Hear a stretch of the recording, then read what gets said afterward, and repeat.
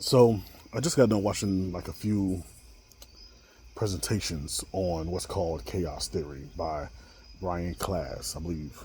Forgive me if I messed up his name. And it's really riveting stuff. Interesting perspective because I believe it gives like a quintessential difference between European thought and African thought. Chaos theory, I guess in a sense, kind of reminds me of the movie The Butterfly Effect, or where a butterfly flapping his wings, say in South Carolina, causes a tsunami in South Korea or something like that. And like, the, it's dope because looking into the lens of another culture, trying to explain the unexplainable workings and happenings of the universe puts mine into perspective as well.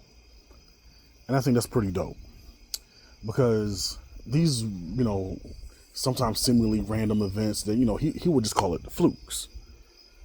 But, through that same lens, an African American that was raised in the black church and, raised with certain philosophies and things that guided my life, the things that he might call flukes might be grace.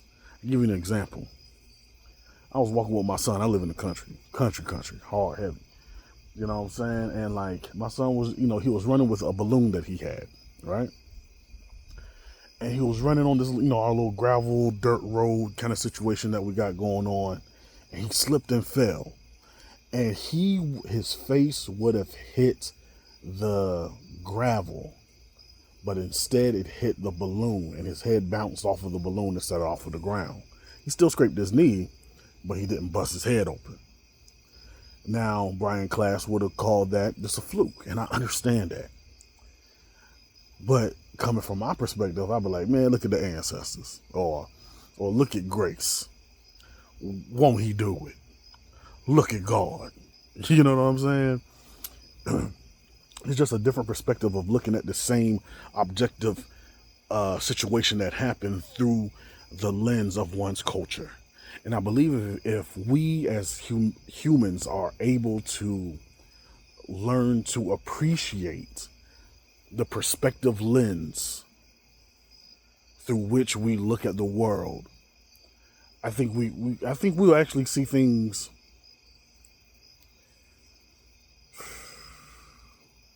in a more expansive view. If we don't have our draws all in a bunch about it and cause wars over the shit. Because I gained a lot of insight and value off of his perspective on it.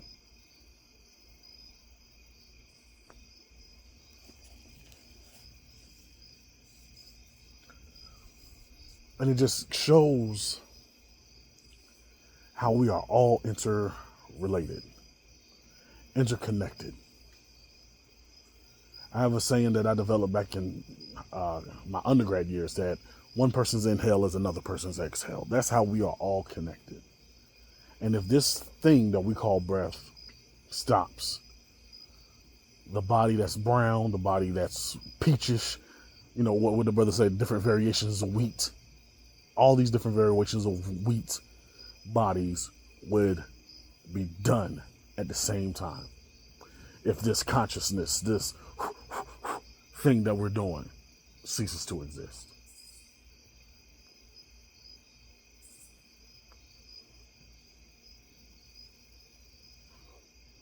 And perhaps, I even break it down to like the philosophy of the Tower of Babel.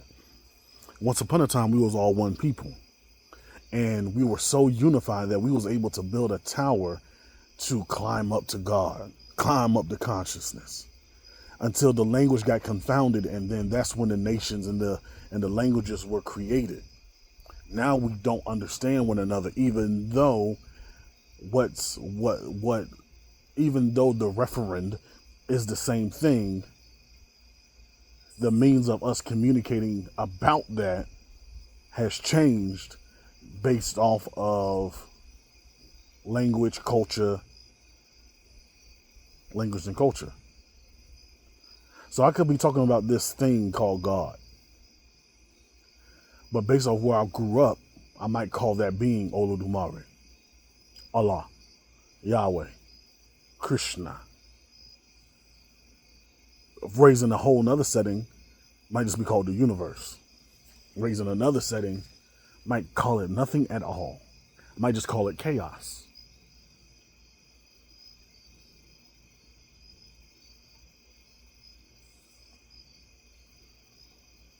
But we all exist on this same planet. We all exist in this same era of time. And we're trying to describe the same things based off of the experiences that we do have.